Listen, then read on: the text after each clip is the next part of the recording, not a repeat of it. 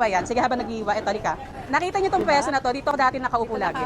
Diyan ako nagko-compute, nagbabayaran. Tapos nung dalawang mahabang pwesto na to, eto, saka ito, dati namin pwesto, hanggang doon sa dulo. Ano binibenta nyo? Baboy. Ano Yan, siya? simula dyan hanggang dulo, saka ito hanggang dulo, Tawag pwesto ito? namin. Buo lang siyang gano'n, tapos ginaganon-ganon. Buo ang pasa namin. Ito yung dati, dito ako lagi nakaupo. Pero hindi ito yung table, Gano'n foldable kayo table. katagal nagpwesto nagpwesto dito? Hindi siya ilang years na ba yun? Kasi lumipat kami ng planta. Ilang years din kami dito, ate, hindi ko na matandaan. Kasi di ba nagplanta na kami? Kasi yung sa luma, si Sol, dun sa lumang palengke pa, hindi pa nagagawa. Eh, no? Parang 1 to 2 years lang si Sol dun eh. Parang isang taon lang, no? Dito 5 years, parang 5 years na i-get. Oo. Paano kayo nagkakilala ni Father? Magkapit bahay. Oo. Ano rito, alaala. Maraming alaala. Sa dulo, alam ni Ate Net yan, doon ako tinambangan. Alam ni Ate Net yan, dulo.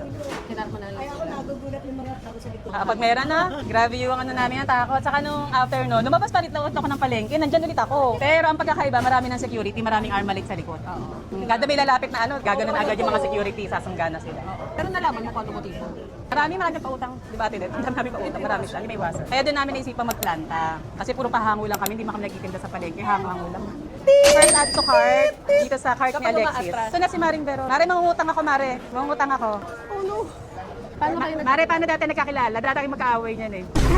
Hindi, magkakompetensya lang sa baboy, pero friend kami niyan. Kasi parehas kami ano, Wholesaler. Marami rin magkatayo, hindi naman ganyan. Ganon. Ganon. Ganon kami. Pero magkamari kami. Sige, Mare, ano, pang-ihaw. Kunin ko na yan. Walang buto, of course. Utang. Yung peso pala namin, frozen ang nakapesto doon. Yes, puro frozen. Puro frozen. Pandemic. Bakas ang frozen. Nga, Mare, patikim ng ano mo, ng barbecue mo. Bili ko na para kay Chef Camille, Mare. At yun na yung ano, ilalunch natin mamaya yung barbecue. SNR. May laman yung SNR. Nilaman na yung SNR. Akin na lang yung bias. Kinukuha ko lagi yan. Yun ang binili.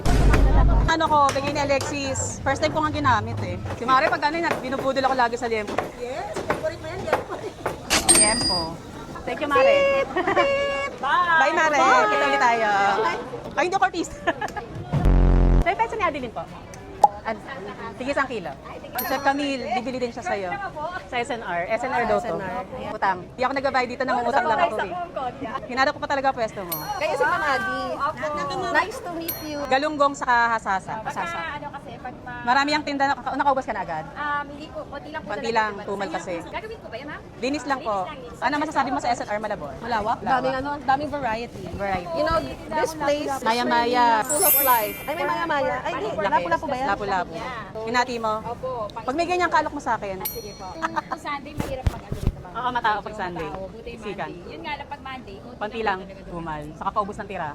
Utang! Lagyan natin sa cart ni Alexis. Brenda. As usual, papakiyawin ko yung ano mo, sibuyas, kamatis.